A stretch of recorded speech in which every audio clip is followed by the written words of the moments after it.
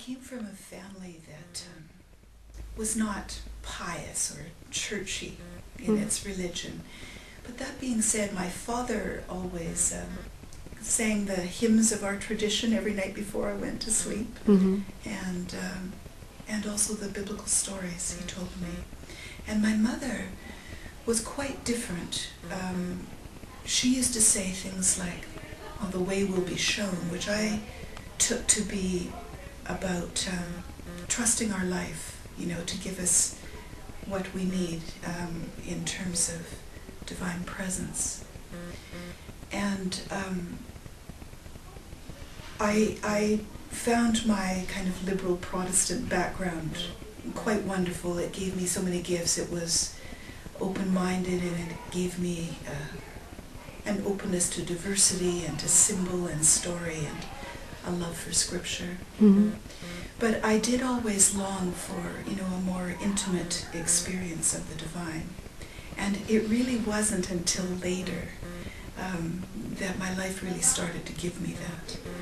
And when I had my children as a young mother, I became quite involved in maternal child health care and concerned about an over-medicalization, of birthing in particular, so that it seemed that women had lost much of their sense of power and companionship and presence in that process. So I was invited by a wonderful community of women, just all of them much older and wiser, more experienced than me,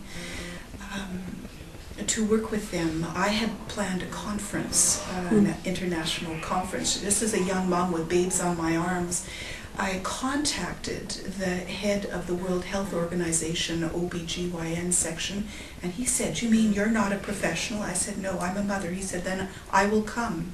So we organized this whole conference, and it was out of that we formed a midwifery task force to work for the provision of trained midwives for everybody. I live in Canada, so it would have been part of the healthcare system. And we were really guided by some core spiritual principles in that. And this is where I really started to,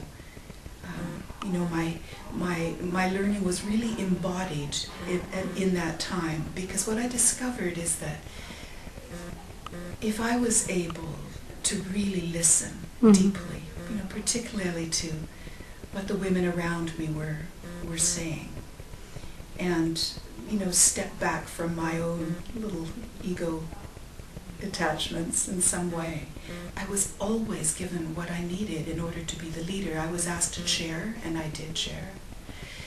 And so I was probably the youngest member, but had been invited by all these older women to chair the organization, which was completely mixed. It was lay midwives and trained midwives and nurses and physicians and different kinds of physicians, as well as consumers. And the interesting thing was that all of that group had real reasons to distrust each other. They had conflicting vested interests. But what we were going for was a balanced vision, that would provide excellence in diagnostics and acute care when needed, but would provide that human hands-on support for women. And everybody seemed to be able to galvanize about that vision. And what we were doing was trying to create a vision that everyone could find their place in. So it meant there was a lot of truth-telling about the way things actually were, but there was also a real commitment to not blaming one another, and to understanding the structural challenges and difficulties, and trying to find ways for everybody to offer their gifts toward a real ideal revisioning of the system. Now, in the end, it did result in the legalization of midwifery, and not only in British Columbia, but it was really instrumental in the unfolding of midwifery services across our country and had some impact actually on what was happening around the world.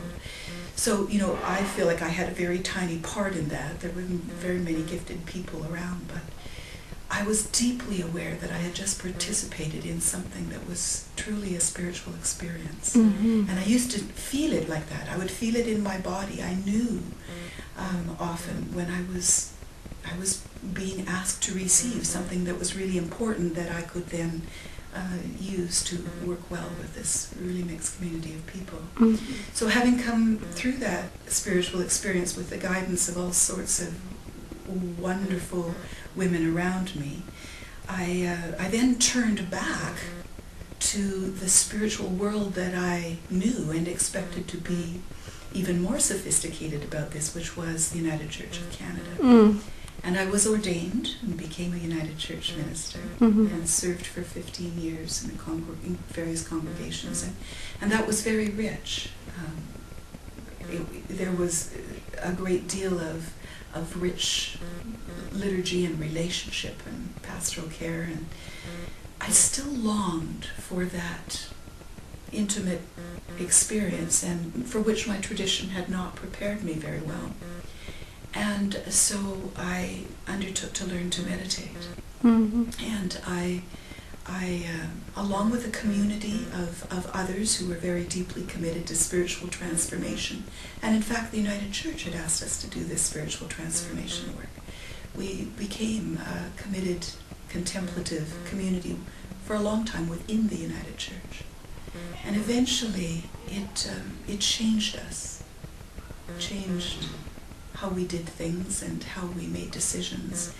And we moved more and more into the interspiritual realm. Mm.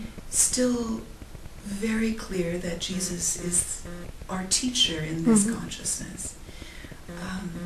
And yet committed to a broader communion, like a community of communities in the world. So I now chair the InterSpiritual Center in Vancouver, and the little contemplative community that I became part of the founding organization of is a member organization of that InterSpiritual community, and I've been greatly blessed working with spiritual leaders from many, many different traditions.